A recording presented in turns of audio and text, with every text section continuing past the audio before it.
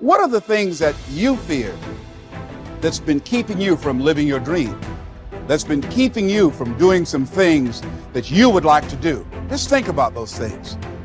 Every time your voice speaks and thinks about having something new, fear is there to squash it. Every time you want to try something new, fear is there to squash it. Every time you want to go somewhere new, fear is there to squash it.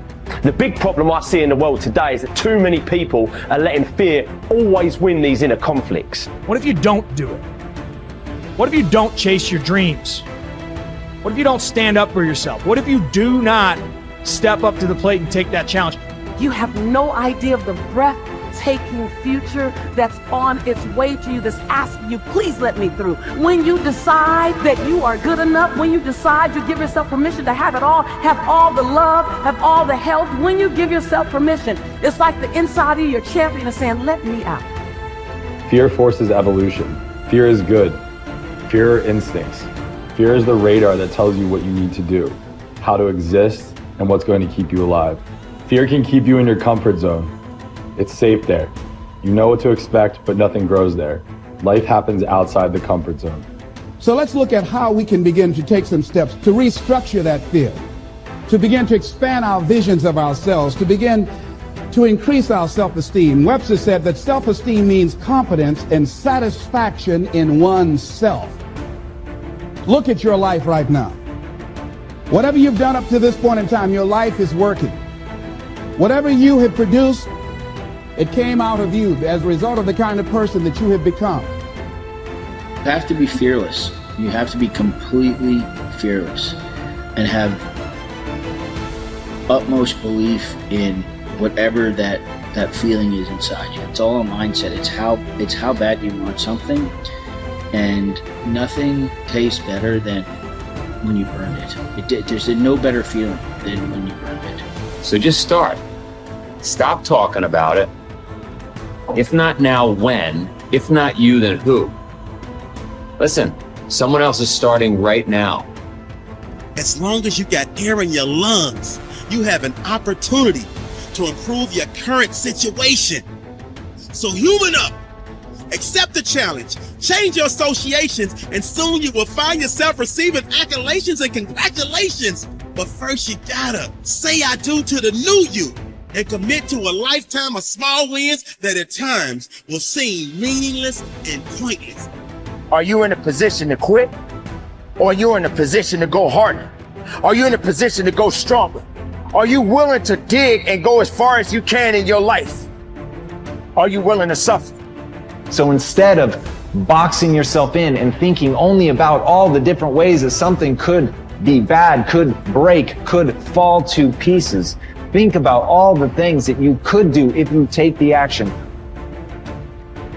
The most common fears that we experience, which often sabotage all hope for success, are the fears of failure, poverty, and loss of money. These fears cause people to avoid risk of any kind and to reject opportunity when it is presented to them. They are so afraid of failure that they are almost paralyzed when it comes to taking any chances at all. There are many other fears that interfere with our happiness. People fear the loss of love or the loss of their jobs and their financial security. People fear embarrassment or ridicule. People fear rejection and criticism of any kind. People fear the loss of respect or esteem of others. These and many other fears hold us back throughout life. The most common reaction in a fear situation is the attitude of, I can't. This is the fear of failure and loss that stops us from taking action. It is experienced physically, starting in the solar plexus. When people are really afraid, their mouth and throat go dry, their heart starts pounding. Sometimes they breathe shallowly and their stomach churns.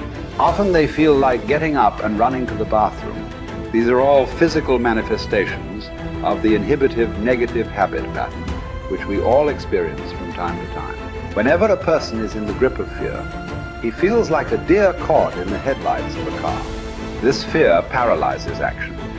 It often shuts down the brain and causes the individual to revert to the fight or flight reaction. Fear is a terrible emotion that undermines our happiness and can hold us back throughout our lives. Fear makes come true that which one is afraid of.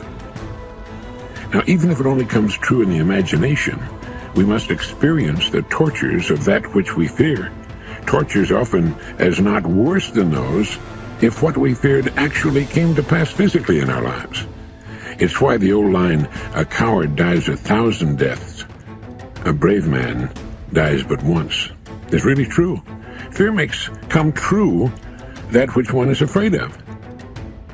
If fear of something is held long enough, it may well bring on that which we fear, but it really doesn't make much difference because experiencing the fear is the same thing. That is, as far as our mind and body are concerned, it's actually happening over and over again, doing its inevitable damage to our physical bodies. Ralph Waldo Emerson said that fear is ignorance. Whenever we're afraid of something, I don't mean the perfectly natural, normal fears that work to keep us alive, but the gnawing, unreasoning, illogical, and neurotic fear of something. It's only because we don't know the real truth about it. If we did, the fear would vanish. That would include a neurotic fear of death, the fear that we are not liked or loved, and so forth. I think the thing to remember here is that when we fear something, it takes its toll on our mind and body just as if that which we fear had in fact come to pass. And we can bring to pass that which we fear. If you want to change attitudes, start with a change in behavior. In other words, begin to act the part as well as you can of the person you would rather be, the person you most want to become. Gradually, the old fearful person will fade away. Dr. Frankl learned that by controlling his attitude, the concentration camp fell away. His mind was free to roam where he wanted it to roam, think about what he wanted it to think about. It was as free as the birds, freer really, for it could fly to the ends of the earth, to the ends of imagination in an instant. And so can yours, and so can mine. You need large amounts of self-discipline to deal courageously with all the fear-inducing events of your life. This is probably why Churchill said, "Courage is rightly considered the foremost of the virtues, for upon it all others depend." The fact is that everyone is afraid, and usually of many things. This is normal and natural. Often, fear is necessary to preserve life, prevent injury, and guard against financial mistake. So, if everyone is afraid, what is the difference between the brave person and the coward? The only difference is that the brave person disciplines himself to confront, deal with, and act in spite of the fear. In contrast, the coward allows himself to be dominated and controlled by the fear. Someone once said that with regard to warfare, although it applies to any situation, the difference between the hero and the coward is that the hero sticks in there 5 minutes longer. Fortunately, all fears are learned. No one is born with fears. Fears can therefore be unlearned by practicing self-discipline repeatedly with regard to fear until it goes away. Your ability to confront, deal with, and act in spite of your fears is the key to happiness and success. One of the best exercises you can practice is to identify a person or situation in your life of which you are afraid and resolve to deal with that fear situation immediately. Do not allow it to make you unhappy for another minute. Resolve to confront the situation or person and put the fear behind you. The only way to deal with a fear is to address it head on. Remind yourself that denial is not a river in Egypt. The natural tendency of many people is to deny that they have a problem caused by fear of some kind. They're afraid of confronting it. In turn, it becomes a major source of stress, unhappiness, and psychosomatic illness. Be willing to deal with the situation or person directly. As Shakespeare said, take arms against a sea of troubles, and in so doing, end them. The companion of fear is worry. Like twin sisters, fear and worry go around together. Mark Twain once wrote, "I have worried about a lot of things in life, and most of them never happen." So if you want to do something, if you've thought about something you want to do, take it head on. Decide that you're going to start looking at it, start doing research on it, start tackling it, start becoming involved in whatever and wherever it might lead you to begin to explore the possibilities in that particular thing that you're seeking so that you can begin to learn all you can about it.